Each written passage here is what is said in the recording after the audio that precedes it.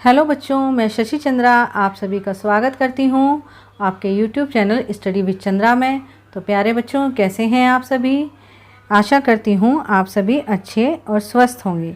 तो बच्चों, जैसा कि आज आप स्क्रीन पर देख रहे हैं कि यहाँ पर ऑप्शन वाले कुछ क्वेश्चन हैं।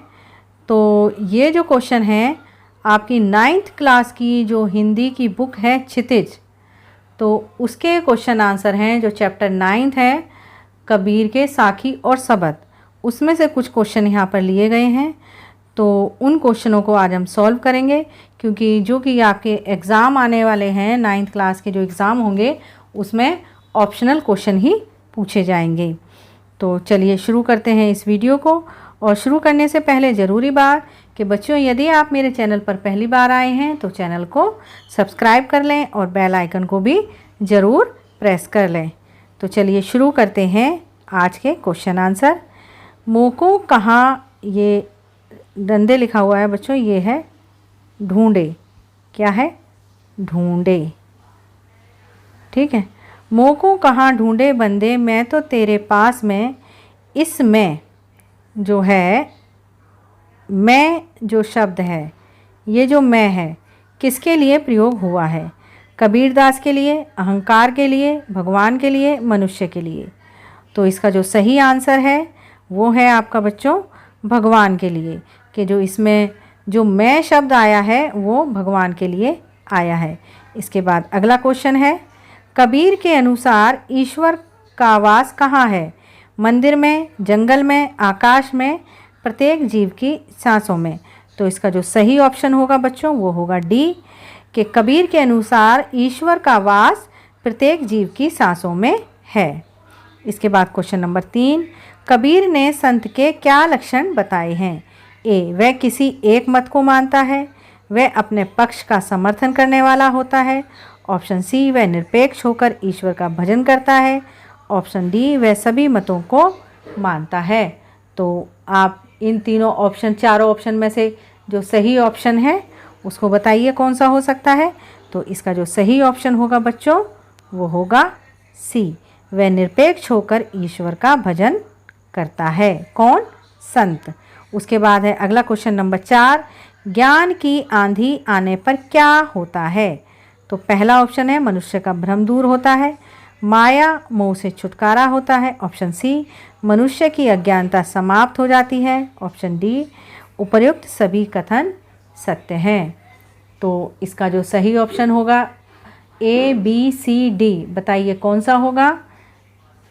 तो क्वेश्चन नंबर जो 4 है उसका सही ऑप्शन होगा उपर्युक्त सभी कथन सत्य हैं। जो ज्ञान की आंधी आती है उससे मनुष्य का भ्रम दूर होता है, मोह माया से छुटकारा होता है और मनुष्य की अज्ञानता समाप्त हो जाती है। उसके बाद क्वेश्चन नंबर 5, मानसरोवर अनंत न जाहि इस साखी में कौन सा अलंकार है?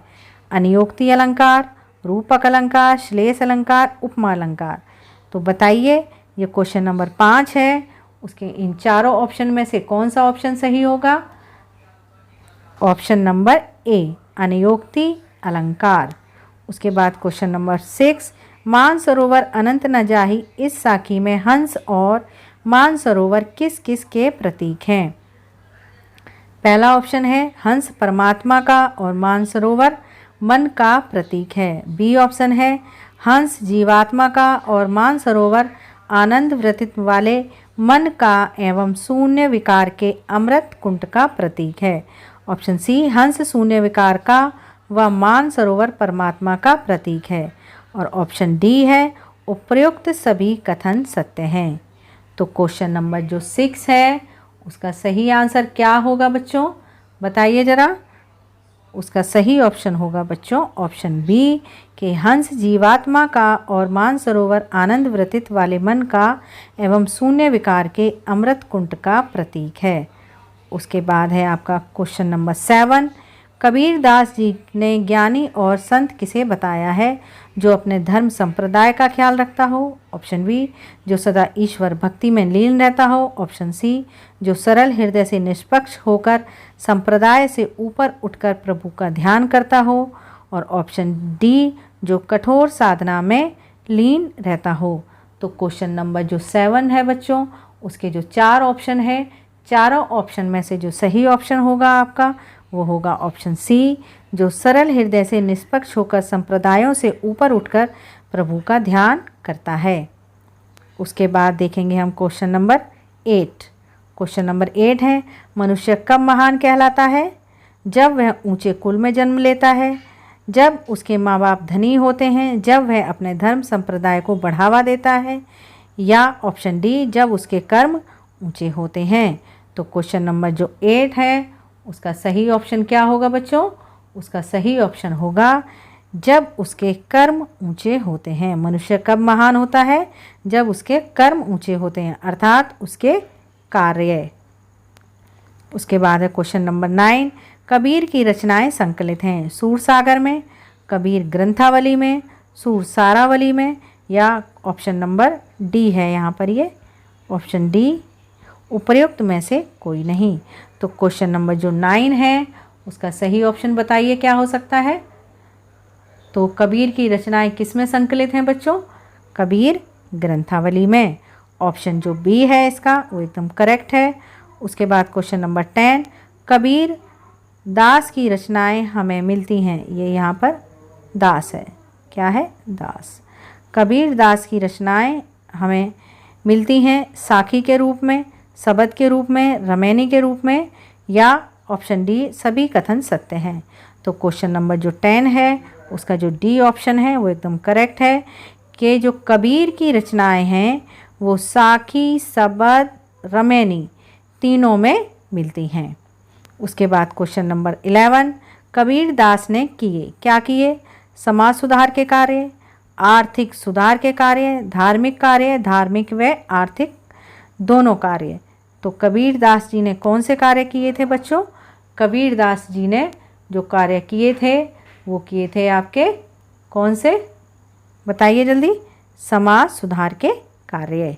तो क्वेश्चन नंबर जो 12 है वो है आपका कि कबीर दास जी जो हैं वो सगुण के उपासक थे, सगुण और निर्गुण दोनों के उपासक थे, नास्तिक थे या निर्गुण के उपासक थे। तो क्वेश्चन नंबर जो 12 है उसका जो सही ऑप्शन है आपका, बताइए कौन सा होगा? ऑप्शन नंबर डी, निर्गुण के उपासक थे। कौन? कबीर दास जी। क्वेश्चन नंबर 13, कबीर दास के गुरु का नाम था सत्यानंद, रामानंद, ब्रह्मानंद, ईश्वरन। तो क्वेश्चन नंबर जो 13 है बच्चों उसका जो सही आंसर है वो है आपका ऑप्शन नंबर बी कि कबीर दास के गुरु का नाम था रामानंद। उसके बाद है क्वेश्चन नंबर 14, कबीर दास जी के माता पिता का नाम था शेरू व सीमा, हरिया व हीरा, नीरू और नीमा, और रामू और श्यामा। तो क्वेश्चन नंबर जो 14 है उसका जो सही ऑप्शन होगा वो होगा ऑप्शन नंबर सी, नीरू और नीमा कबीर दास के माता पिता का नाम था। तो बच्चों ये थे आज के क्वेश्चन आंसर जो ऑप्शनल थे। आशा करती हूँ आपको समझ आए होंगे और पसंद आए होंगे। और यदि आपको ऐसी छोटी छोटी वीडियो और चाहिए आगे तो आप मुझे कमेंट बॉक्स में ज़रूर लिखें, जिससे कि आपके एग्ज़ाम की अच्छे से तैयारी हो सके। तो बच्चों इस वीडियो को लाइक करें और शेयर करें।